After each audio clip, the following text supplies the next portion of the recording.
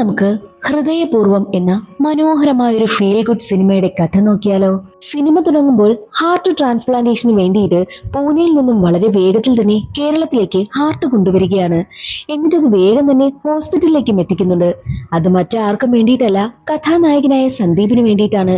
സന്ദീപിന് ഹാർട്ടിന് പ്രശ്നമുണ്ടായത് കൊണ്ട് തന്നെ എത്രയും വേഗം ഹാർട്ട് മാറ്റിവെച്ചില്ല എന്നുണ്ടെങ്കിൽ സന്ദീപിന്റെ ജീവന് തന്നെ ആപത്തായിരുന്നു. അതുകൊണ്ടാണ് എത്രയും വേഗം സർജറി നടക്കുന്നതും. അങ്ങനെ സർജറിയൊക്കെ കഴിഞ്ഞ് സന്ദീപ് ആണെങ്കിലോ പുതിയ ജീവിതത്തിലേക്ക് തിരികെ വരികയാണ്. സന്ദീപിനെ ഹോസ്പിറ്റലിൽ നിന്നും ഡിസ്ചാർജ് ചെയ്യുന്ന സമയത്ത് സന്ദീപിന്റെ കാര്യങ്ങളൊക്കെ നോക്കാൻ വേണ്ടിയിട്ട് ഒരു അസിസ്റ്റന്റിനെ ഏർപ്പാടാക്കിയിട്ടുണ്ട്. സന്ദീപിന്റെ അസിസ്റ്റന്റിന്റെ പേരാണ് ജെറി. സന്ദീപിന്റെ കാര്യങ്ങളൊക്കെ നോക്കുന്നത് ഈ ജെറി ആയിരുന്നു. സന്ദീപും ഫാമിലിയും പണ്ടുകാലം മുതൽ തന്നെ അത്യാവശ്യം നല്ല സമ്പത്തുള്ള വീട്ടുകാരായിരുന്നു. അതുകൊണ്ട് തന്നെ പൂർവിക സ്വത്തെല്ലാം ഇപ്പോൾ സന്ദീപിന്റെ കീഴിലാണ്. അതിന്റെ ഒരു അഹങ്കാരം ഒന്നും തന്നെ സന്ദീപിനില്ല. പൂനെയിൽ വെച്ച് ആക്സിഡന്റ് ആയ ആർമി ഉദ്യോഗസ്ഥന്റെ ഹാർട്ടാണ് സന്ദീപിന് വെച്ചിരിക്കുന്നതും. ഓപ്പറേഷൻ എല്ലാം കഴിഞ്ഞ് വീട്ടിലേക്ക് എത്തിയ സന്ദീപ് കുറച്ചുനാൾ മാത്രമാണ് റെസ്റ്റ് എടുത്തതും. അതിനുശേഷം നേരെ തന്റെ ഹോട്ടലിലേക്കാണ് എത്തുന്നതും. അവിടുത്തെ കാര്യങ്ങളെല്ലാം നോക്കി നടത്തുകയാണ്. ജെറി പറഞ്ഞിട്ട് പോലും റെസ്റ്റ് എടുക്കുന്നതേയില്ല. ഈ സന്ദീപ് ആണെങ്കിലോ തന്റെ ഹോട്ടലിൽ 3 പേരെ താമസിപ്പിച്ചിട്ടുണ്ട്. ഡയറക്ടർ ആകണം എന്ന ആഗ്രഹത്തിൽ ചുറ്റിത്തിരിയുന്ന 3 പേർക്കും 3 നേരം ആഹാരവും കൊടുത്താണ് താമസിപ്പിച്ചിരിക്കുന്നതും. അത്രയ്ക്ക് നല്ല മനസ്സിനുടമയാണ് ഈ സന്ദീപ്. എത്ര നല്ല മനസ്സിനുടമയെന്ന് പറഞ്ഞാലും ഇത്രയും നാളായിട്ടും പുള്ളിക്കാരൻ സിംഗിളാ. അതിന് പിന്നിൽ ഒരു കാരണമുണ്ട്. മുൻപ് സന്ദീപിന്റെ വിവാഹമൊക്കെ ഉറപ്പിച്ചതായിരുന്നു. എന്നാൽ കല്യാണ ദിവസം പെൺകുട്ടിയാണെങ്കിലോ തന്റെ കാമുകനൊപ്പം ഒളിച്ചോടിപ്പോയി. അതോടുകൂടി വിവാഹമേ വേണ്ട എന്ന് കരുതിയാണ് സന്ദീപ് ജീവിക്കുന്നതും. സന്ദീപിന്റെ ഫാമിലി എന്ന് പറയാൻ സന്ദീപിനൊരു സഹോദരിയും സഹോദരിയുടെ ഭർത്താവും പിന്നെ അവന്റെ മാമനുമാണുള്ളത്. സഹോദരിയുടെ ഭർത്താവാണെങ്കിലോ ഒരു വല്ലാത്ത സ്വഭാവക്കാരനാണ്. സന്ദീപിന്റെ സ്വത്തിലാണ് അദ്ദേഹത്തിന്റെ കണ്ണ്. റെയിൽവേയുടെ വർക്കിന്റെ ആവശ്യത്തിന് സന്ദീപിന്റെ കുറച്ച് സ്വത്ത് കൂടി സർക്കാരിന് ആവശ്യമുണ്ട്. അതുകൊണ്ട് തന്നെ എങ്ങനെയെങ്കിലും സന്ദീപിന്റെ കൈവശത്തു നിന്നും കുറച്ച് സ്വത്ത് അടിച്ചു മാറ്റിയിട്ട് അത് സർക്കാരിന് വിറ്റ് കോടികൾ സ്വന്തമാക്കുക, ഇതാണ് സഹോദരിയുടെ ഭർത്താവിന്റെ ലക്ഷ്യം. അതിനു വേണ്ടിയിട്ട് എന്നും സന്ദീപുമായിട്ട് വഴക്കുണ്ടാക്കാറുള്ളത് പതിവായിരുന്നു. സന്ദീപിന് എന്താണ് തന്റെ അളിയന്റെ ഉദ്ദേശമെന്ന് അറിയാവുന്നത് കൊണ്ട് തന്നെ സന്ദീപ് ആണെങ്കിലോ ആ ഒരു കെണിയിൽ വീഴുവാനായിട്ടും തയ്യാറല്ലായിരുന്നു. അതുകൊണ്ട് തന്നെ 2 കൂട്ടർക്കുമിടയിൽ മിക്കപ്പോഴും വഴക്കം പ്രശ്നങ്ങളും ഒക്കെ പതിവായിരുന്നു. ഈ ഒരു കാര്യങ്ങളെല്ലാം ഒരു വശത്ത് നടക്കവേ ഒരു ദിവസം സന്ദീപിനൊരു കോൾ വരും. വിളിച്ചത് സന്ദീപിന് ഹാർട്ട് കൊടുത്ത ആർമി ഓഫീസറായ രവിയുടെ മകൾ ഹരിതയായിരുന്നു. ഹരിതയ്ക്ക് സന്ദീപിനെ കാണണമത്രേ. അതിനു വേണ്ടിയിട്ടാണ് വിളിച്ചിരിക്കുന്നതും. എന്നാൽ സത്യം പറഞ്ഞാൽ സന്ദീപാണ് ആ ഒരു ഫാമിലിയോട് നന്ദി പറയേണ്ടത്. പക്ഷേ സന്ദീപിന് അങ്ങനെയുള്ള ഫീലിങ്സ് ഒന്നുമില്ല. അടുത്ത ദിവസം ഹരിത കാണാൻ വരുന്നു എന്നുള്ള കാര്യം ജെറിയോടും ആ ഒരു 3 ഡയറക്ടർമാരോടും പറയും. എന്നാൽ അവർ പറയുന്നത് ഈ ഒരു മൊമെന്റ് നമുക്ക് നല്ല രീതിയിൽ ക്യാപ്ചർ ചെയ്തെടുക്കണം, വീഡിയോയും കാര്യങ്ങളൊക്കെ ഷൂട്ട് ചെയ്യുമെന്നും സന്ദീപിനോട് ചോദിക്കുന്നു. സന്ദീപ് അതിന് സമ്മതിക്കും. അങ്ങനെ അടുത്ത ദിവസം തന്നെ കാറിൽ വന്നിറങ്ങുകയായിരുന്നു ഹരിത. ഹരിത സന്ദീപിനെ കണ്ടതും സന്ദീപിന്റെ നെഞ്ചിൽ അവൾ കൈവയ്ക്കുന്നു. അവളുടെ അച്ഛന്റെ ഹാർട്ടാണല്ലോ സന്ദീപിന്റെ നെഞ്ചിലിരിക്കുന്നതും. അതുകൊണ്ട് തന്നെ ആ ഒരു ഹാർട്ടിടിപ്പ് ഫീൽ ചെയ്യുകയാണ് അവൾ. എന്നിട്ട് അവൾ വന്നിരിക്കുന്നത് എന്തിനാണെന്നുള്ള കാര്യവും സന്ദീപിനോട് പറയുന്നുണ്ട്. ഹരിതയുടെ എൻഗേജ്മെന്റ് ആയിരിക്കുകയാണ്. ആ ഒരു എൻഗേജ്മെന്റിന് അച്ഛന്റെ സാന്നിധ്യം വേണമെന്നുള്ളൊരാഗ്രഹം അവൾക്കുണ്ട്. അതുകൊണ്ട് തന്നെയാണ് സന്ദീപിനെ വിളിക്കുവാനായി എത്തിയിരിക്കുന്നതും. എന്നാൽ സന്ദീപ് പറയുന്നതോ, എനിക്കിവിടെ നല്ല ജോലി തിരക്കൊക്കെ ഉണ്ട്, ഓപ്പറേഷനൊക്കെ കഴിഞ്ഞ് കിടന്നത് കൊണ്ട് തന്നെ ഇവിടുത്തെ കാര്യങ്ങളൊക്കെ ആകെ അവതാളത്തിലായി കിടക്കുകയാ, അതെല്ലാം ഒന്ന് റെഡിയാക്കി എടുക്കണമെന്നൊക്കെ സന്ദീപ് പറയുന്നു. സന്ദീപിന് ഇങ്ങനെയുള്ള ഫീലിങ്സും ഇമോഷനൊന്നും ഇല്ലാത്തത് കൊണ്ടാണ് സന്ദീപ് അങ്ങനെ പറഞ്ഞ് ഒഴിവാകാൻ ശ്രമിക്കുന്നതും. എന്നാൽ അത് കേട്ടിട്ട് ഹരിതയ്ക്ക് വല്ലാതെ ദേഷ്യം വരുന്നു. അത് കേട്ട് ദേഷ്യമെന്ന ഹരിത സന്ദീപിനോട് പറയുന്നത്, നിങ്ങളുടെ ഹാർട്ടിന്റെ സർജറി ഇപ്പോൾ കഴിഞ്ഞില്ലായിരുന്നുവെങ്കിൽ എപ്പോഴേ ഈ ഒരു ഹോട്ടൽ മൂടിപ്പോയേനെ എന്ന് പറഞ്ഞിട്ടാണ് അവൾ അവിടെ നിന്ന് ഇറങ്ങിപ്പോകുന്നതും. ചുരുക്കം പറഞ്ഞാൽ നന്ദിയില്ലാത്തവനെന്ന് പറയാതെ അവൾ പറഞ്ഞിട്ട് പോയി എന്നർത്ഥം. സത്യത്തിൽ ഹരിത ഏതെങ്കിലും ഇന്റർവ്യൂവിന് പോയാലും ഏതെങ്കിലും എക്സാം അറ്റൻഡ് ചെയ്യാൻ പോയാലും അവളുടെ ജീവിതത്തിൽ എന്ത് നല്ല കാര്യം നടക്കുന്നതിന് മുൻപും അവൾ അച്ഛനെ കെട്ടിപ്പിടിച്ച അനുഗ്രഹം വാങ്ങാറുള്ളത് പതിവായിരുന്നു. എന്നാൽ അവളുടെ ജീവിതത്തിൽ നല്ലൊരു കാര്യം നടക്കാനായിട്ട് പോകുമ്പോൾ അച്ഛന്റെ സാന്നിധ്യം വേണമെന്ന് അവൾ ആഗ്രഹിച്ചപ്പോൾ സന്ദീപിന് വരാൻ പറ്റില്ല എന്ന് പറയുന്നത് ഒരു തെറ്റായ കാര്യമല്ലേ? അവൾ ദേഷ്യപ്പെട്ട് അവിടെ നിന്ന് പോവുകയാണ് ചെയ്തതും. എന്നാൽ സന്ദീപിന് പിന്നീട് അത് ആലോചിച്ചപ്പോൾ വല്ലാതെ സങ്കടം തോന്നുന്നു. ജെറിയോട് ഈ ഒരു കാര്യം സംസാരിക്കുമ്പോൾ നന്ദിയില്ലായ്മയാണ് ആ കാണിച്ചത് എന്നുള്ള രീതിയിലാണ് ജെറിയും സംസാരിക്കുന്നത്. എൻഗേജ്മെന്റിന് പോകണമെന്ന് തന്നെ ജെറിയും പറയുന്നു. അങ്ങനെ എൻഗേജ്മെന്റിന് പോകുവാനായിട്ട് സന്ദീപ് തീരുമാനിക്കുകയാണ്. ഹരിതയുടെ എൻഗേജ്മെന്റ് ദിവസം സന്ദീപ് ആണെങ്കിൽ അവളുടെ വീട്ടിലേക്കും എത്തുകയാണ്. അച്ഛൻ ജീവനോടെ ഉണ്ടായിരുന്നുവെങ്കിൽ അച്ഛൻ എങ്ങനത്തെ ഡ്രസ്സാണോ വാങ്ങിക്കൊടുക്കാനായിട്ട് ഇരുന്നത് അതേപോലത്തെ ഡ്രസ്സ് തന്നെയാണ് ഹരിത ഇപ്പോൾ സന്ദീപിന് വാങ്ങിക്കൊടുക്കുന്നതും. അങ്ങനെ സന്ദീപ് ഹരിത വാങ്ങിക്കൊടുത്ത ഡ്രസ്സൊക്കെ ഇട്ട് ഫംഗ്ഷന് വേണ്ടിയിട്ട് എത്തിയിരിക്കുകയാണ്. നേരെ പോകുന്നത് രവിയുടെ ഭാര്യയെ കാണുവാൻ വേണ്ടിയിട്ട്. രവിയുടെ ഭാര്യയാണെങ്കിലോ ഹരിത പെരുമാറിയതുപോലെ പെരുമാറുമെന്നാണ് സന്ദീപ് കരുതിയത്. നെഞ്ചത്ത് കൈവയ്ക്കുമെന്ന്. എന്നാൽ അവിടെ തെറ്റി. ഹരിതയുടെ അമ്മയുടെ അടുത്തെത്തി സന്ദീപ്, ഞാൻ സന്ദീപ്, നിങ്ങളുടെ ഹസ്ബൻഡിന്റെ ഹാർട്ട് എനിക്കാണ് വെച്ചിരിക്കുന്നത് എന്ന് പറയുമ്പോൾ അത് കേട്ട് ഹരിതയുടെ അമ്മ പറയുന്നത്, എനിക്കറിയാം, നിങ്ങൾ വന്നതിൽ ഒരുപാട് നന്ദി എന്ന് പറഞ്ഞ് സന്ദീപിനെയും ജെറിയും വല്ലാത്ത രീതിയിൽ ഒഴിവാക്കി വിടുകയാണ് ചെയ്തതും. അങ്ങനെ സന്ദീപും ജെറിയും എൻഗേജ്മെന്റ് ഫംഗ്ഷനിലൊക്കെ പങ്കെടുക്കുവാനായി നിൽക്കുകയാണ്. എന്നാൽ പെട്ടെന്ന് തന്നെ ഹരിതയാണെങ്കിലോ ഓടിപ്പോയി മൈക്കിനടുത്ത് ചെന്നിട്ട് ഈ ഒരു എൻഗേജ്മെന്റ് ഫംഗ്ഷൻ ഞാൻ ക്യാൻസൽ ചെയ്യുകയാണെന്ന് പറയുന്നു. എന്താണ് കാരണമെന്നൊന്നും അവൾ പറയുന്നതേയില്ല. അത് കേൾക്കുന്നതും ഹരിതയുടെ അമ്മയ്ക്ക് വല്ലാതെ ദേഷ്യം വരുന്നുണ്ട്. ഹരിതയെ വിവാഹം കഴിക്കാൻ വന്നിട്ടിരുന്ന പയ്യനായ കിരണിന് വലിയ ഭാവവ്യത്യാസങ്ങളൊന്നും ഉണ്ടാകുന്നില്ല എങ്കിലും കിരണിന്റെ കൂട്ടുകാരാണ് അത് വലിയ പ്രശ്നമാക്കുന്നതും. ഹരിതയോട് അവർ വല്ലാതെ ദേഷ്യപ്പെട്ട് കയറുകയും ഒക്കെ ചെയ്യുന്നുണ്ട്. എന്നാൽ ഇത് കാണുന്ന സന്ദീപിന് ദേഷ്യം വരും. സന്ദീപ് ആ ഒരു പ്രശ്നത്തിൽ ഇടപെടുവാനായും പോകും. എന്നാൽ ഫൈറ്റ് നടക്കുമെന്നായപ്പോഴോ ഈ ജെറിയാണെങ്കിൽ കിരണിന്റെ കൂട്ടുകാരനായ ഒരുത്തനെ ഒന്ന് കൊടുക്കുന്നു. അത് കാരണം അവിടെ വലിയൊരു ഫൈറ്റ് നടക്കും. അവസാനം ആ ഒരു ഫൈറ്റിനൊടുവിൽ സന്ദീപിന്റെ നെഞ്ചിത്തിട്ട് ഒരാൾ ചവിട്ടുന്നു. സന്ദീപ് തെറിച്ച് വീഴുകയാണ് ചെയ്യുന്നതും. സന്ദീപ് വീഴുന്നത് കണ്ട് എല്ലാവരും പേടിച്ചു പോയി. ഉടനെ തന്നെ സന്ദീപിനെ ഹോസ്പിറ്റലിലേക്കും കൊണ്ടുപോകും. ആ ഒരു വീഴ്ചയിൽ സന്ദീപിന്റെ നടുവിന് ചെറിയൊരു പ്രശ്നമുണ്ടായി. അതുകൊണ്ട് തന്നെ ട്രാവൽ ചെയ്യുവാനോ അധിക നേരം ഇരിക്കുവാനോ ഒന്നും തന്നെ സന്ദീപിന് കഴിയത്തില്ല. അവിടെ എവിടെയെങ്കിലും റൂം എടുക്കുവാനായി പറ്റുമെന്ന് സന്ദീപും ജെറിയും തിരക്കുന്ന സമയത്ത് തന്റെ അച്ഛന്റെ ഹാർട്ട് വെച്ചിരിക്കുന്ന സന്ദീപിനെ അങ്ങനെയൊന്നും ഒഴിവാക്കുവാനായിട്ട് ഹരിതയ്ക്ക് കഴിയുന്നുണ്ടായിരുന്നില്ല. അതുകൊണ്ട് തന്നെ തങ്ങൾക്കൊപ്പം വന്ന് താമസിക്കുവാനായിട്ടും ഹരിത പറയുന്നു. അങ്ങനെ സന്ദീപിനെയും ജെറിയെയും കൂട്ടി ഹരിത തന്റെ വീട്ടിലേക്ക് വരും. പക്ഷേ അതൊന്നും അധികം ഹരിതയുടെ അമ്മയ്ക്ക് ഇഷ്ടമാകുന്നതേയില്ല. അങ്ങോട്ടുള്ള ദിവസങ്ങളിലെല്ലാം ആഹാരം കഴിക്കുന്നു, വെറുതെ കിടക്കുന്നു. ഇത് കാരണം സന്ദീപിന് മടുപ്പ് തോന്നുന്നു. അതുകൊണ്ട് തന്നെ ഹരിത എവിടേക്ക് പോയാലും സന്ദീപിനെ കൊണ്ടുപോകുന്നത് പതിവായി. അങ്ങനെ ഹരിതയാണെങ്കിലോ ഒരു എക്സാം അറ്റൻഡ് ചെയ്യുന്നതിന് വേണ്ടി പോവുകയാണ്. ഹരിത സന്ദീപിന്റെ അനുഗ്രഹമൊക്കെ വാങ്ങിയിട്ടാണ് എക്സാം അറ്റൻഡ് ചെയ്യുവാനായിട്ട് പോകുന്നതും. തിരിച്ചു വരുന്ന വഴിയിൽ എന്തുകൊണ്ടാണ് താൻ കല്യാണം വേണ്ട എന്ന് പറഞ്ഞ കാര്യം സന്ദീപിനോട് തുറന്നു പറയുന്നു. ഹരിത വിവാഹം കഴിക്കാനായിട്ടിരുന്ന പയ്യൻ കിരൺ അവളോടൊപ്പം കോളേജിൽ പഠിച്ച പയ്യനായിരുന്നു. രണ്ടുപേരും പ്രണയത്തിലാവുകയും അവസാനം ആ ഒരു പ്രണയം എൻഗേജ്മെന്റ് വരെ എത്തുകയായിരുന്നു. അപ്പോഴാണ് ഹരിത കുറച്ച് കാര്യങ്ങൾ അറിയുന്നതും. എന്തെന്നാൽ ഹരിത അറിയാതെ അവളുടെ ഫോണിലേക്ക് ഈ കിരൺ ആണെങ്കിൽ ഒരു സ്പൈ ആപ്പ് ഇൻസ്റ്റാൾ ചെയ്തിരുന്നു. അതുകൊണ്ട് തന്നെ ആ ഒരു ആപ്പ് വഴി ഹരിത എന്തൊക്കെ കാര്യങ്ങൾ ചെയ്യുന്നോ അതെല്ലാം കിരണിന് കാണാൻ കഴിയുമായിരുന്നു. ആ ഒരു കാര്യം അറിഞ്ഞതോടുകൂടി ഹരിതയ്ക്ക് കിരണിനോട് വല്ലാതെ ദേഷ്യമായി. ഇവൻ ഇപ്പോൾ ഇങ്ങനെയാണെങ്കിൽ കല്യാണം കഴിഞ്ഞാൽ എന്തായിരിക്കുമെന്നാണ് ഹരിത പറയുന്നതും. അതുകൊണ്ടാണ് താൻ ഈ ഒരു വിവാഹം വേണ്ടെന്ന് തീരുമാനിച്ചതെന്നും ഹരിതയാണെങ്കിലോ സന്ദീപിനോട് പറയും. ആ ഒരു കാര്യങ്ങളെല്ലാം കഴിഞ്ഞ് അവർ രണ്ടുപേരും നേരെ വീട്ടിലേക്ക് എത്തുന്നു. അപ്പോൾ ഹരിതയോട് ദേഷ്യപ്പെട്ടുകൊണ്ട് അമ്മ നിൽക്കുകയാണ്. എന്തെന്നാൽ വിവാഹം അവൾ വേണ്ടെന്ന് വെച്ചതോടുകൂടി തനിക്ക് ഫ്രീഡം കിട്ടിയെന്ന് അവൾ വാട്സപ്പിൽ സ്റ്റാറ്റസ് ഇട്ടു. അത് കാണുന്ന അമ്മയ്ക്ക് ദേഷ്യം വരികയാണ് ചെയ്തതും. സത്യത്തിൽ ഈ ഹരിതയും അവളുടെ അമ്മയും ഏകദേശം ടോം ആൻഡ് ജെറി പോലെയാ. ചെറിയ കാര്യത്തിനും രണ്ടുപേരും എപ്പോഴും തമ്മിൽ തല്ലാണ്. വീട്ടിലെത്തിയ ഹരിതയെ അമ്മ ഒരുപാട് വഴക്ക് പറയുന്നുണ്ട്. കുടുംബക്കാരെല്ലാം ഇതൊക്കെ കണ്ടു കഴിഞ്ഞാൽ എന്തായിരിക്കും പറയുക എന്ന് പറഞ്ഞാണ് അമ്മ അവളെ വഴക്ക് പറയുന്നതും. ഹരിതയും അമ്മയെ തിരിച്ചു പറയുന്നുണ്ട്. തനിക്ക് ഫ്രീഡം കിട്ടി എന്ന് തന്നെയാണ് അവൾ പറയുന്നതും. എന്നാൽ സന്ദീപ് പറയുന്നത്, അമ്മ പറയുന്നതിൽ എന്താ തെറ്റ്, നീ എന്താ അമ്മയെ അനുസരിക്കാത്തത് എന്നൊക്കെയാണ് ഹരിതയോട് ചോദിക്കുന്നതും. അത് കേട്ടതും ഹരിത ദേഷ്യം വന്ന് അവിടെ നിന്നും തന്റെ റൂമിലേക്ക് പോകുന്നു. എന്നാൽ സന്ദീപ് ഹരിതയുടെ അമ്മയെ സപ്പോർട്ട് ചെയ്ത് പറഞ്ഞത് ഹരിതയുടെ അമ്മയ്ക്ക് ഒരുപാട് ഫീൽ ആകുന്നു. ആദ്യമായിട്ടാ എന്നെ ഒരാൾ സപ്പോർട്ട് ചെയ്യുന്നത്. എന്റെ ഹസ്ബൻഡ് പോലും എന്നെ ഇങ്ങനെ സപ്പോർട്ട് ചെയ്തിട്ടില്ല എന്ന് പറഞ്ഞ് അവളുടെ അമ്മ സങ്കടപ്പെട്ട് കയറി പോകുന്നുണ്ട്. പിന്നീട് റൂമിൽ കിടക്കുകയായിരുന്ന സന്ദീപിനടുത്തെത്തി ഹരിതയുടെ അമ്മ നന്ദിയും പറഞ്ഞിട്ട് പോകുന്നു. അതേസമയം തന്നെയായിരുന്നു ഹരിതയും സന്ദീപിനെ കാണുവാനായിട്ട് എത്തിയിട്ട് സന്ദീപ് പറഞ്ഞതെല്ലാം ശരി തന്നെയാണെന്നും അമ്മയോട് അങ്ങനെ വഴക്ക് കൂടിയതൊക്കെ തെറ്റായി പോയെന്നും താൻ എന്തായാലും വാട്സപ്പിലെ സ്റ്റാറ്റസ് ഡിലീറ്റ് ചെയ്തുവെന്നും ഹരിത പറഞ്ഞിട്ട് അവിടെ നിന്ന് പോകുന്നു.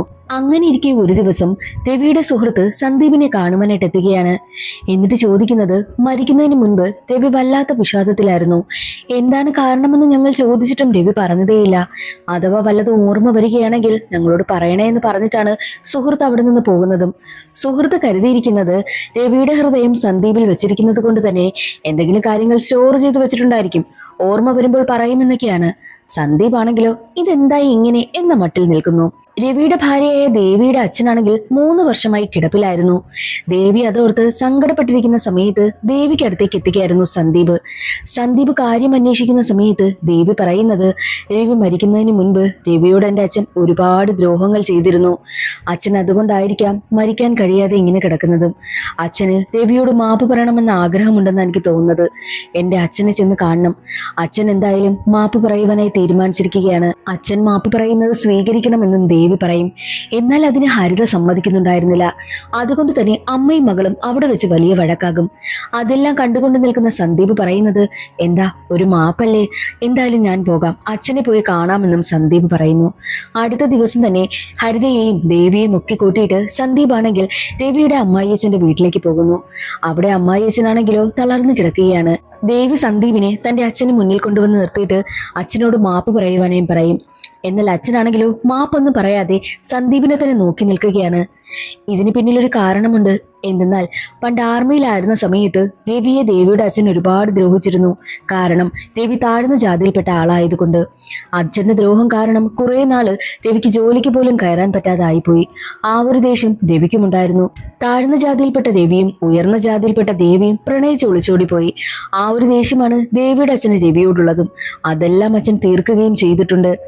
ഇത്രയ്ക്കും ജാതി വെറിയുള്ള ഒരാളാണ് ഈ കിടക്കുന്നതെന്ന് സന്ദീപിന് മനസ്സിലായി. അതുകൊണ്ട് തന്നെ ഇങ്ങനെയുള്ള ഒരാളിന്റെ മാപ്പ് സ്വീകരിക്കുവാനായിട്ട് എനിക്ക് തയ്യാറല്ല, ഞാൻ ഇവിടെ നിന്ന് പോകുന്നു എന്ന് പറഞ്ഞ് സന്ദീപ് അവിടെ നിന്നും ദേഷ്യപ്പെട്ട് ഇറങ്ങിപ്പോകും. അത് കാണുന്ന ഹരിതയ്ക്ക് ഒരുപാട് സന്തോഷമായി. ഹരിത സന്ദീപിനോട് പറയുന്നത്, ഈ സ്ഥാനത്ത് എൻ്റെ അച്ഛനായാലും ഇങ്ങനെ തന്നെ ചെയ്യുന്നത്, ഒരിക്കലും മാപ്പൊന്നും സ്വീകരിക്കില്ല എന്ന് പറഞ്ഞിട്ട് സന്ദീപിനെ കെട്ടിപ്പിടിച്ച് അവൾ ഒരു ഉമ്മ കൊടുക്കുന്നു. അതേ സമയമായിരുന്നു സന്ദീപിന്റെ അങ്കിൾ പറഞ്ഞ കുറച്ച് കാര്യങ്ങൾ സന്ദീപിന് ഓർമ്മ വരുന്നതും. അദ്ദേഹം ഒരു ജ്യോത്സ്യനാണ്. അദ്ദേഹം പറഞ്ഞിട്ടുണ്ട്, ഒരു സമയത്ത് നീ പോലും പ്രതീക്ഷിക്കാതെ ഒരു പെണ്ണ് നിന്റെ അടുത്തേക്ക് വരും. അവൾ നിനക്ക് ഉമ്മ തന്ന് നിന്റെ മനസ്സിലെ പ്രണയം ഉണർത്തും. ആ സമയം അമ്പലത്തിലെ മണിയടിക്കുകയും ശംഖൂതുകയും ഒക്കെ ചെയ്യും. അവളാണ് നിന്റെ യഥാർത്ഥ പ്രണയമെന്നും മാമൻ പറഞ്ഞ കാര്യം സന്ദീപിന് ഓർമ്മ വരുന്നു. മാമൻ പറഞ്ഞതുപോലെ തന്നെയുള്ള സൂചനകളെല്ലാം അവിടെയുണ്ടായിരുന്നു. അതുകൊണ്ട് തന്നെ സന്ദീപിന് ഹരിതയോട് പ്രണയം തോന്നുന്നു. എന്നാൽ ഹരിതയുടെ അമ്മയായിട്ടുള്ള ദേവിക്കാണെങ്കിലോ സന്ദീപിനോട് ചെറിയ ദേഷ്യമുണ്ടായിരുന്നു. കാരണം ദേവിയുടെ അച്ഛനോട് അങ്ങനെ പെരുമാറിയിട്ട് വന്നതൊന്നും ദേവിക്ക് ഇഷ്ടമായില്ല. അത് മനസ്സിലാക്കിയ സന്ദീപ് ദേവിയോട് മാപ്പ് ചോദിക്കും. എന്നാൽ അപ്പോഴാണ് ദേവി ഞെട്ടിപ്പോകുന്നതും. ദേവി പറയുന്നത്, ഇത്രയും വർഷമായി വിവാഹം കഴിഞ്ഞിട്ടും ഇതുവരെയും എൻ്റെ ഭർത്താവ് എന്നോടൊരു കാര്യത്തിനും മാപ്പ് പറഞ്ഞിട്ടില്ല. പക്ഷേ ആദ്യമായിട്ട് അങ്ങനെ കേൾക്കുമ്പോൾ എനിക്ക് ഒരുപാട് സന്തോഷമായി എന്ന് പറഞ്ഞിട്ട് ഉടനെ തന്നെ സന്ദീപിന്റെ കൈ പിടിച്ച് ഉമ്മ കൊടുക്കും. ദേവി സന്ദീപിന്റെ കൈ പിടിച്ച് ഉമ്മ കൊടുത്തപ്പോൾ ജ്യോത്സ്യനായ മാമൻ പറഞ്ഞ അതേ ലക്ഷണങ്ങൾ തന്നെ അപ്പോഴും ഉണ്ടാകുന്നു. അമ്പലത്തിൽ മണി കേൾക്കുകയും ഒക്കെ ചെയ്യുന്നു. അത് കേൾക്കുന്ന സന്ദീപ് ചിന്തിക്കുന്നത്, അയ്യോ ഇതെന്താ ഇങ്ങനെ, ഇനി അമ്മയാണോ അതോ മകളാണോ കറക്റ്റ് എന്നൊക്കെ സന്ദീപ് ചിന്തിക്കും. അതുകൊണ്ട് തന്നെ ഇനി ഇവിടെ നിന്നാൽ ശരിയാകില്ല. അതുകൊണ്ട് എത്രയും വേഗം ഡോക്ടറിനെ പോയി കണ്ട് ഒരു ചെക്കപ്പ് ഒക്കെ നടത്തിയിട്ട് എത്രയും വേഗം നാട്ടിലേക്ക് അങ്ങ് പോകാമെന്നും സന്ദീപ് കരുതും. അങ്ങനെ ഡോക്ടറിനെ പോയി കണ്ട് ചെക്കപ്പ് നടത്തുന്ന സമയത്ത് ഓക്കെയാണ്, പക്ഷേ കുറച്ചു നാളും കൂടി ഇവിടെ തന്നെ നിൽക്കണമെന്നും ഡോക്ടർ പറയുന്നു. അതുകൊണ്ട് തന്നെ കുറച്ചുനാൾ കൂടി അവിടെ തുടരുവാനായിട്ട് സന്ദീപ് തീരുമാനിക്കും. എന്നാൽ മറ്റൊരു വശത്ത് പുറത്തുപോയ ഹരിതയാണെങ്കിലോ വഴിയിൽ വെച്ച് തന്റെ എക്സ് ലവറായിട്ടുള്ള കിരണിനെ കാണുന്നു. ഹരിത അവനുമായിട്ടുള്ള വിവാഹബന്ധം വേണ്ട എന്ന് പറഞ്ഞെങ്കിലും കിരണിന്റെ മനസ്സിൽ നിന്നും ഹരിതയെ മായ്ച്ചു കളയുവാനായിട്ട് അവന് കഴിയുന്നുണ്ടായിരുന്നില്ല. അവൻ അവളെ അത്രയ്ക്കും പ്രണയിച്ചിരുന്നു. അതുകൊണ്ട് തന്നെ കിരൺ തന്റെ മനസ്സിലെ പ്രണയമെല്ലാം ഹരിതയോട് തുറന്നു പറയും. അവനൊരിക്കലും അവളെ മറക്കാൻ കഴിയുന്നില്ല എന്നൊക്കെ അവൻ പറയുന്നതിനാൽ ഹരിതയ്ക്ക് എന്ത് ചെയ്യണമെന്ന കൺഫ്യൂഷനായി. കിരൺ അതൊക്കെ പറഞ്ഞിട്ട് അവിടെ നിന്ന് പോയെങ്കിലും അവളുടെ മനസ്സ് മുഴുവൻ കിരൺ പറഞ്ഞ കാര്യങ്ങളായിരുന്നു. മാത്രവുമല്ല, അന്ന് ഹരിതയാണെങ്കിലും ഷൂട്ടിംഗ് കോമ്പറ്റീഷന് വേണ്ടിയിട്ട് പങ്കെടുക്കുവാനായി പോകുന്ന സമയമായിരുന്നു. അവളുടെ അച്ഛന്റെ നിർബന്ധത്തിന് വഴങ്ങിയാണ് അവൾ ഷൂട്ടിങ്ങിന് ചേർന്നതും. ഇപ്പോൾ അതിന്റെ കോമ്പറ്റീഷന് പങ്കെടുക്കുവാനായി പോവുകയാണ്. എന്നാൽ കിരൺ പറഞ്ഞ കാര്യങ്ങളെല്ലാം മനസ്സിലുണ്ടായിരുന്നത് കൊണ്ട് തന്നെ ആ ഒരു കോമ്പറ്റീഷന് അവൾ പരാജയപ്പെട്ടു പോകുന്നു. അച്ഛന്റെ ആഗ്രഹം നിറവേറ്റാൻ കഴിയാത്തത് കൊണ്ട് അന്നേ ദിവസം സന്ദീപിനെയും കൂട്ടിക്കൊണ്ട് അവൾ നേരെ ബാറിലേക്ക് പോവുകയാണ്. സന്ദീപിന് സർജറി കഴിഞ്ഞത് കൊണ്ട് തന്നെ സന്ദീപ് മദ്യപിക്കില്ല, പകരം ഹരിതയാണ് മദ്യപിക്കുന്നത്. അവൾ മദ്യപിച്ച് അവശയായി. അവൾക്ക് അത്രയ്ക്കും വിഷമമുണ്ടായിരുന്നു. തിരിച്ച് കാറിൽ വരുന്ന സമയത്ത് ചെക്കിങ്ങിൽ പോലീസ് അവരെ പൊക്കുകയാണ്. ഹരിത മദ്യപിച്ചിരുന്നത് കൊണ്ട് തന്നെ രണ്ടുപേരെയും സ്റ്റേഷനിലേക്ക് കൊണ്ടുപോകും. വിവരമറിയുന്ന ദേവി വന്ന് അവരെ രണ്ടുപേരെയും പോലീസ് സ്റ്റേഷനിൽ ഇറക്കുന്നു. ഹരിതയെയും സന്ദീപിനെയും കൂട്ടിക്കൊണ്ട് വീട്ടിലേക്ക് വരും. ദേവി സന്ദീപിനെ ഒരുപാട് വഴക്ക് പറയുന്നുണ്ട്. ഉത്തരവാദിത്തം എടുക്കേണ്ട ആൾ തന്നെ ഇങ്ങനെയായാൽ എങ്ങനെ ശരിയാകും? അവൾ മദ്യപിക്കുന്നത് കാണുമ്പോൾ നിങ്ങൾക്കൊന്ന് പറഞ്ഞ് മനസ്സിലാക്കി കൊടുത്തൂടെ? നിങ്ങളല്ലേ അവളുടെ കാര്യം നോക്കേണ്ടത് എന്ന് പറഞ്ഞ് സന്ദീപിന് ദേവി വഴക്ക് പറയും. സത്യത്തിൽ ദേവി തന്റെ മരിച്ചുപോയ ഭർത്താവായ രവിയുടെ സ്ഥാനത്ത് ഇപ്പോൾ സന്ദീപിനെ കണ്ടു തുടങ്ങിയിരിക്കുകയാണ്. അതാണ് ഇങ്ങനെയൊക്കെ. ഇതെല്ലാം മനസ്സിലാകുന്ന സന്ദീപിന് എന്ത് ചെയ്യുമെന്നൊരവസ്ഥയിൽ നിൽക്കുകയാണ്. അങ്ങനെ ഇരിക്കെ സന്ദീപിന്റെ കാര്യങ്ങളൊന്നും വിശദമായിട്ട് അറിയാത്തത് കൊണ്ട് തന്നെ സന്ദീപിനെ കാണുവാനായിട്ട് സന്ദീപിന്റെ അളിയനാണെങ്കിലോ ദേവിയുടെ വീട്ടിലേക്ക് എത്തിയിരിക്കുകയാണ്. എന്നാൽ അവിടെ വന്ന സമയത്ത് ദേവിയാണെങ്കിൽ സന്ദീപിനോട് ചിരിച്ച് ചിരിച്ച് സംസാരിക്കുന്നതും ഹരിതയാണെങ്കിൽ സന്ദീപിനെ തൊട്ട് സംസാരിക്കുന്നതെല്ലാം കണ്ട് നീ ഇനി ഇവിടെ നിന്നാൽ ശരിയാകില്ല എന്ന് പറഞ്ഞിട്ട് സന്ദീപിന് റിട്ടേൺ ടിക്കറ്റും അളിയൻ ബുക്ക് ചെയ്യും. മാത്രവുമല്ല ആ ഒരു ലാൻഡിന്റെ കാര്യമൊക്കെ അളിയൻ സംസാരിക്കുന്നുമുണ്ട്. അതെല്ലാം ഞാൻ എന്റെ വക്കീലിനോട് പറഞ്ഞിട്ടുണ്ട് എന്ന് പറഞ്ഞ് അളിയനെ നൈസായിട്ടങ്ങ് ഒഴിവാക്കി വിടുകയായിരുന്നു സന്ദീപ്. അങ്ങനെ ഇരിക്കെ സന്ദീപിനെ റെജീന എന്നൊരു സ്ത്രീ വീഡിയോ കോൾ വിളിക്കുകയാണ്. ഈ റെജീന ആരെന്നാൽ അന്ന് സന്ദീപിനെ കല്യാണ മണ്ഡപത്തിൽ നിന്നും തേച്ചിട്ട് പോയൊരു പെണ്ണില്ലേ, അത് തന്നെയാണ് ഈ റെജീന. റെജീന ഇപ്പോൾ ഭർത്താവുമായി വേർപിരിഞ്ഞതിനു ശേഷം എങ്ങനെയെങ്കിലും സന്ദീപിനെ കറക്കിയെടുക്കുക, ആ ലക്ഷ്യത്തോടു കൂടിയാണ് വിളിക്കുന്നത്. വീഡിയോ കോൾ ചെയ്തുകൊണ്ടിരിക്കുന്നത് ഹരിത കാണും. ഉടനെ തന്നെ ഹരിത വന്നിട്ട് സന്ദീപിനെ കെട്ടിപ്പിടിച്ചിട്ട് സന്ദീപ് സിംഗിളൊന്നുമല്ല, സന്ദീപിന് ഞാനുണ്ട് എന്ന് പറഞ്ഞിട്ട് അവിടെ നിന്ന് പോകുന്നു. അത് കാണുന്ന റെജീനയ്ക്കും ദേഷ്യം വന്ന് കോള് കട്ട് ചെയ്ത് കളയുകയാണ് ചെയ്തതും.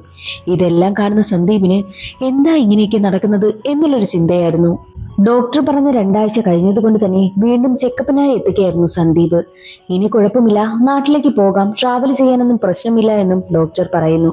എന്നാൽ സന്ദീപിന് ഇപ്പോഴാണല്ലോ ചെറിയ ലവ് ട്രാക്കിലേക്ക് വീണത്. അതുകൊണ്ട് തന്നെ അവിടെ നിന്ന് പോകുവാനായിട്ട് നല്ല മടിയായിരുന്നു. എനിക്ക് ഫ്ലൈറ്റിൽ കയറാൻ പേടിയാണ് എന്ന് പറഞ്ഞിട്ടാണ് സന്ദീപ് വല്ലാതെ ബഹളം വയ്ക്കുന്നതും. എന്നാൽ ഇതെല്ലാം ദേവി ശ്രദ്ധിക്കുന്നുണ്ട്. ദേവി വിചാരിക്കുന്നത് ദേവിയോട് പ്രണയമുള്ളത് കൊണ്ടാണ് സന്ദീപ് ഇവിടെ നിന്ന് പോകാൻ മടിക്കുന്നത് എന്നായിരുന്നു. സന്ദീപിനെ മാറ്റി നിർത്തി ദേവി പറയുന്നത്, നിങ്ങൾക്ക് എന്നെ ഇഷ്ടമാണെന്ന് എനിക്കറിയാം, പക്ഷേ അതൊരിക്കലും വർക്കൗട്ട് ആവില്ല, നമുക്കൊരിക്കലും ഒരുമിച്ച് ജീവിക്കാൻ കഴിയില്ല, അതുകൊണ്ട് തന്നെ ഇതിവിടെ മറന്നേക്കണമെന്ന് പറഞ്ഞിട്ട് ദേവി അവിടെ നിന്ന് പോകുന്നു. ഇതെല്ലാം കേട്ട് സന്ദീപ് ഞെട്ടി നിൽക്കുകയാണ്. എന്നാൽ ഹരിതയോട് ഇഷ്ടമുള്ളത് കൊണ്ടാണല്ലോ സന്ദീപിന് പോകാൻ മടി. സന്ദീപ് ആണെങ്കിൽ തനിക്ക് വയ്യ എന്നൊക്കെ പറഞ്ഞ് ബഹളം ഉണ്ടാക്കുമ്പോൾ ഹരിത ഉടനെ തന്നെ മറ്റൊരു ഡോക്ടറിനെ കൊണ്ടുവന്ന് സന്ദീപിനെ കാണിക്കുന്നു. ആ ഡോക്ടർ മറ്റാരുമല്ല, ബേസിൽ ജോസഫ് ആണ്. എന്നാൽ ഡോക്ടറാണെങ്കിൽ സന്ദീപിന് വലിയ പ്രശ്നമൊന്നുമില്ല എന്ന് പറയും. അങ്ങനെ ഇരിക്കെ സന്ദീപിന്റെ ബർത്ത്ഡേ വരും. സന്ദീപിന്റെ ബർത്ത്ഡേ ഹരിത ആഘോഷിക്കുകയാണ്. കേക്കൊക്കെ വാങ്ങി കട്ട് ചെയ്യുന്നു. സന്ദീപിനും ഒരുപാട് സന്തോഷമാകും. അങ്ങനെ ഹരിതയാണെങ്കിലോ അവളുടെ അച്ഛൻ എപ്പോഴും ടൈം സ്പെൻഡ് ചെയ്യുന്ന ലൈബ്രറിയിലേക്ക് സന്ദീപിനെ കൂട്ടിക്കൊണ്ടു പോകുന്നു. അച്ഛൻ എപ്പോൾ വന്നാലും ഏറ്റവും കൂടുതൽ സമയം ചിലവഴിക്കുന്നത് ഈ ലൈബ്രറിയിലാ. എൻ്റെ അച്ഛൻ്റെ ഫോട്ടോ കണ്ടിട്ടില്ലല്ലോ, ഞാൻ കാണിച്ചു തരാമെന്ന് പറഞ്ഞ് ഹരിത ഫോട്ടോ കാണിക്കുവാനായി പോകുന്ന സമയത്ത് വേണ്ട, ഞാൻ എൻ്റെ മനസ്സിൽ ഒരു മുഖം ഇമാജിൻ ചെയ്തു വെച്ചിട്ടുണ്ട്, അത് മതിയെന്ന് സന്ദീപ് പറയുന്നു. അപ്പോൾ ഹരിത പറയും, ഇവിടെ ഇരുന്ന് ബുക്ക് വായിച്ചുകൊണ്ടിരിക്കുന്ന സമയത്തായിരുന്നു അച്ഛൻ്റെ ഫ്രണ്ടിനെ കാണുവാനായി പോയതും ആ സമയത്താ വണ്ടി ആക്സിഡന്റ് ആയതെന്നുമുള്ള കാര്യം ഹരിത പറയും. എൻ്റെ അച്ഛൻ എന്നോട് ഒരുപാട് സംസാരിക്കുമായിരുന്നു, അച്ഛൻ എന്നെ ഒരുപാട് മോട്ടിവേറ്റ് ചെയ്യും, ആ ഒരു കാര്യങ്ങളെല്ലാം അച്ഛൻ വോയിസ് റെക്കോർഡ് ചെയ്തു വെച്ചിട്ടുണ്ട് എന്ന് പറഞ്ഞ് രവി ഹരിതയെ മോട്ടിവേറ്റ് ചെയ്യുന്ന വോയിസ് റെക്കോർഡെല്ലാം ഹരിത സൂക്ഷിച്ചു വെച്ചിട്ടുണ്ടായിരുന്നു. അതെല്ലാം ഹരിത സന്ദീപിന് കേൾപ്പിച്ചു കൊടുക്കും. ഒരച്ഛൻ മകൾക്ക് പറഞ്ഞു കൊടുക്കേണ്ട മനോഹരമായിട്ടുള്ള വാക്കുകളായിരുന്നു അതെല്ലാം. അതെല്ലാം കേട്ടുകൊണ്ടിരുന്ന സന്ദീപ്, നീ വളരെ ഭാഗ്യമുള്ള കുട്ടിയാണെന്ന് പറഞ്ഞ് ഒരച്ഛൻ മകളെ എങ്ങനെയാണോ കെട്ടിപ്പിടിക്കുന്നത് അതുപോലെ സന്ദീപ് ഹരിതയെ കെട്ടിപ്പിടിക്കും. തന്റെ അച്ഛനാണ് കെട്ടിപ്പിടിക്കുന്നതെന്ന് ഹരിത കരുതുന്നു. എന്നാൽ ഈ കിരണിന് ഹരിതയെ എങ്ങനെയെങ്കിലും കാണണം, അവളോട് സംസാരിക്കണം. പക്ഷേ ഫോണിലൊന്നും വിളിച്ചിട്ട് കിട്ടുന്നതേയില്ല. അവൾ എല്ലാത്തിലും ബ്ലോക്ക് ചെയ്ത് വെച്ചിരിക്കുകയാണ്. അവളുടെ അമ്മയും കിരണിന്റെ നമ്പർ ബ്ലോക്ക് ചെയ്ത് വെച്ചിരിക്കുന്നു. അതുകൊണ്ട് തന്നെ ഹരിതയെ കാണാൻ നിവൃത്തിയില്ലാത്തത് കൊണ്ട് ഉടനെ തന്നെ സന്ദീപുമായി കോണ്ടാക്ട് ചെയ്യും. അവളെ എനിക്ക് കാണണമെന്നും കിരൺ ആവശ്യപ്പെടുന്നു. അങ്ങനെ സന്ദീപ് കിരണിനടുത്തേക്ക് ഹരിതയും കൂട്ടിക്കൊണ്ടുവരികയാണ്. കാരണം എന്തെന്നാൽ കിരണും ഹരിതയും കിരണിന്റെ ഫ്രണ്ട്സും ചേർന്ന് ഒരു ബിസിനസ് നടത്തിയിരുന്നു. അതിലെ പാർട്ട്ണർ ആയിരുന്നു ഹരിത. എന്നാൽ വിവാഹം വേണ്ടാന്ന് വെച്ചതിൽ പിന്നെ ഹരിതയാണെങ്കിൽ ആ ഒരു ബിസിനസ്സിൽ നിന്നെല്ലാം പിൻവാങ്ങി. ഇപ്പോൾ കിരൺ വന്നിരിക്കുന്നത് അവൾ പാർട്ട്ണറായി തന്നെ തുടരണമെന്നും ഈ ഒരു ബിസിനസ്സിൽ നിന്നും പിന്മാറരുതെന്നും ഒക്കെ പറയുവാൻ വേണ്ടിയിട്ടാണ്. അവളെ ഒരുപാട് നിർബന്ധിക്കും. എന്നാൽ ഹരിതയാണെങ്കിലോ തനിക്ക് താല്പര്യമില്ല എന്ന് തന്നെ പറഞ്ഞുകൊണ്ടേയിരിക്കും. അവസാനം ദേഷ്യം വന്ന് കിരണും അവന്റെ കൂട്ടാളികളും ചേർന്ന് ഹരിതയെ ഉപദ്രവിക്കുവാനൊക്കെ നോക്കും. എന്നാൽ സന്ദീപ് അതിൽ ഇടപെടുകയാണ്. അന്നത്തെ പോലെ തന്നെ സന്ദീപിനെ വീണ്ടും പിടിച്ചു തള്ളും. പക്ഷേ അന്ന് സന്ദീപ് താഴെ വന്ന് വീഴുമെങ്കിലും ഇത്തവണ അങ്ങനെയല്ല. ഹോട്ടലൊക്കെ നടത്തുന്ന ആളല്ലേ, എന്തായാലും കൈക്ക് നല്ല തഴമ്പ് കാണുമല്ലോ, അത് വെച്ച് നല്ല തവന്മാർക്കിട്ട് കൊടുക്കുന്നു. അന്നൊന്നും മിണ്ടാതെ കിട്ടിയതെല്ലാം വാങ്ങി കിട്ടിയെങ്കിൽ ഇന്ന് അവർക്കിട്ട് തിരിച്ചു കൊടുക്കുകയാണ് ചെയ്തത്. അവന്മാരെയൊക്കെ അടിച്ച് പഞ്ഞിക്കിട്ടിട്ട് ഹരിതയും കൊണ്ട് അവിടെ നിന്ന് പോവുകയാണ് ചെയ്തതും. അതിനുശേഷം സന്ദീപ് ആണെങ്കിലോ നാട്ടിലേക്ക് പോകുവാനായും തീരുമാനിച്ച് രവിയുടെ ഏറ്റവും അടുത്ത സുഹൃത്തുക്കളെയൊക്കെ പോയി കണ്ടിട്ട് അവരോട് യാത്രയും പറഞ്ഞ് പറഞ്ഞ് ഹരിതയെ കെട്ടിപ്പിടിച്ച് അവസാനമായിട്ട് അവളോടും യാത്ര പറഞ്ഞ് സന്ദീപ് അവിടെ നിന്നും തന്റെ നാട്ടിലേക്ക് വരുന്നു. ജെറിയെ സന്ദീപിന് ഒരുപാട് ഇഷ്ടമായതുകൊണ്ട് തന്നെ സന്ദീപിന് ശമ്പളം കൊടുത്ത് അവനെ സ്ഥിരമായിട്ട് അസിസ്റ്റന്റ് ആയിട്ട് അങ്ങ് നിർത്തി. മാത്രമല്ല ഹോട്ടലിലേക്ക് നന്നായിട്ട് അവർ നോക്കി നടത്തുകയാണ്. എന്നാൽ സന്ദീപിന്റെ അളിയന്റെ മകളാണെങ്കിലോ അവൾ വിദേശത്തായിരുന്നു. അവിടെ നിന്നൊരു പയ്യനെയും കെട്ടിക്കൊണ്ടാണ് ഇപ്പോൾ വന്നിരിക്കുന്നത്. അതിന്റെ സങ്കടത്തിലിരിക്കുകയായിരുന്നു അളിയനെ സന്ദീപ് ഒരുപാട് സമാധാനിപ്പിക്കുകയും ഒക്കെ ചെയ്യും. അങ്ങനെ ഒരു വർഷം കടന്നുപോയി. സന്ദീപിന്റെ ഒരു പിറന്നാൾ സമയം. ദേവിയും ഹരിതയും സന്ദീപിന് കേക്കൊക്കെ അയച്ചു കൊടുക്കുന്നു. അങ്ങനെ സന്തോഷത്തോടു കൂടി ആ ഒരു കേക്കൊക്കെ മുറിക്കുകയാണ്. അങ്ങനെ ഇരിക്കെ നല്ലൊരു മഴ സമയം. മഴയത്ത് ഒരു പെൺകുട്ടിയാണെങ്കിലും നനഞ്ഞു കുളിച്ച് സന്ദീപിന്റെ ഹോട്ടലിലേക്ക് വന്ന് കയറും. ആ പെൺകുട്ടി മറ്റാരുമല്ല, മീര ജാസ്മിൻ ആയിരുന്നു. രണ്ടുപേരും പരസ്പരം മുഖത്തോട് മുഖം നോക്കി പുഞ്ചിരിക്കുകയാണ്. അതോടുകൂടി സിനിമയുടെ കഥ അവിടെ അവസാനിക്കുകയാണ്. സന്ദീപിന്റെ ജീവിതത്തിലേക്ക് അവനെ യഥാർത്ഥമായി സ്നേഹിക്കുവാനായിട്ട് ഒരു പെൺകുട്ടി വരുന്നു എന്നുള്ള സൂചനയാണ് നൽകിയിരിക്കുന്നതും. ഇന്നത്തെ ഈ ഒരു വീഡിയോ എല്ലാവർക്കും ഇഷ്ടമായെന്ന് കരുതുന്നു. ഇഷ്ടമായാൽ ഒന്ന് ലൈക്ക് ചെയ്ത് സപ്പോർട്ട് ചെയ്യാനും ചാനൽ ഇഷ്ടമായാൽ സബ്സ്ക്രൈബ് ചെയ്യാനും മറക്കരുതേ. അടുത്തൊരു സിനിമയുടെ കഥയിൽ കാണാം. അതുവരെ എല്ലാവർക്കും ബൈ.